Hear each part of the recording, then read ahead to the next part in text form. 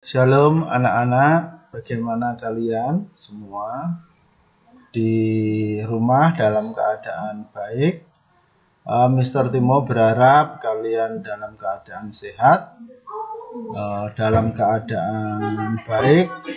Dan saat ini kita akan bersama-sama melanjutkan pelajaran kita, yaitu bab yang ketiga, bernyanyilah dengan roh dan akal budimu. Nanti anak-anak bisa membaca Alkitabnya di dalam 1 Korintus 14 ayat 15b sampai ayat yang ke-19. Namun sebelumnya mari kita akan berdoa terlebih dahulu. Tuhan Yesus yang ada di dalam surga, kami bersyukur karena Tuhan memberikan hikmat dan kepandaian bagi kami.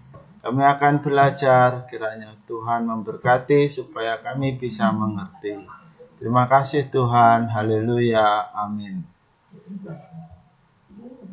Menyanyi adalah salah satu unsur ibadah umat Kristen yang tidak dapat dilakukan secara sembarangan. Karena menyanyi adalah ekspresi doa dan harapan umat terhadap Tuhan. Mengapa sebagai kita umat Kristen menyanyi itu adalah sesuatu yang tidak boleh dilakukan dengan sembarangan. Kalau kita menyanyi lagu pop Indonesia, itu kita bisa menyanyi dengan sembarangan. Namun kalau kita menyanyi, apalagi menyanyi untuk memuji Tuhan, itu kita tidak boleh dengan sembarangan, tetapi menyanyi harus dengan sungguh-sungguh, karena itu adalah ekspresi kita, karena itu adalah doa-doa kita. Kita menyanyi, dalam isi nyanyian itu ada doa-doa dan harapan kita ini kepada Tuhan. Orang Kristen ini menyatakan iman, doa, dan harapan ini ada yang melalui nyanyian atau melalui pujian.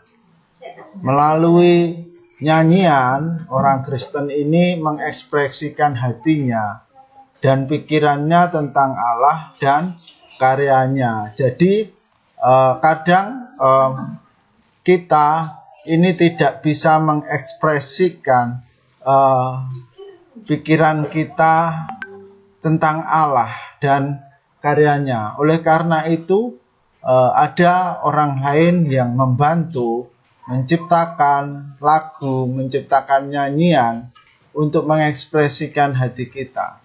Jadi dengan mengekspresikan hati kita, pikiran kita tentang Allah, bisa dengan kita memuji Tuhan. Karena memuji Tuhan itu ada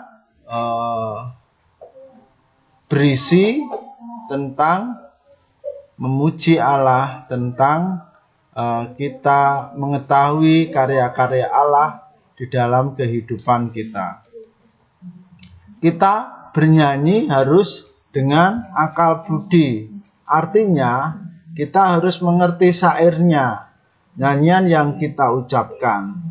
Dengan mengerti syairnya kita bisa menghayati. Jadi bernyanyi tidak hanya dengan mulut saja kita bernyanyi, tapi nggak ngerti apa yang kita nyanyikan. Namun kita harus menggunakan akal budi kita. Kita harus mengerti syair yang kita nyanyikan. Dengan kita mengerti syairnya, maka kita akan bisa menghayati isi tersebut dan akan memberkati di dalam kehidupan kita. Kita harus bernyanyi dalam roh. Apa itu bernyanyi dalam roh? Artinya bahwa kita bernyanyi dengan kesungguhan hati kita, yang kita ini terfokus di dalam bernyanyi untuk memuliakan dan untuk mengagungkan Allah. Bernyanyi dalam roh artinya bahwa kita sungguh-sungguh hati kita untuk memuliakan dan mengagungkan Allah. Nyanyian yang dikehendaki Tuhan adalah nyanyian yang berasal dari hati kita. Nyanyian yang terungkap dalam hati kita dengan sungguh-sungguh.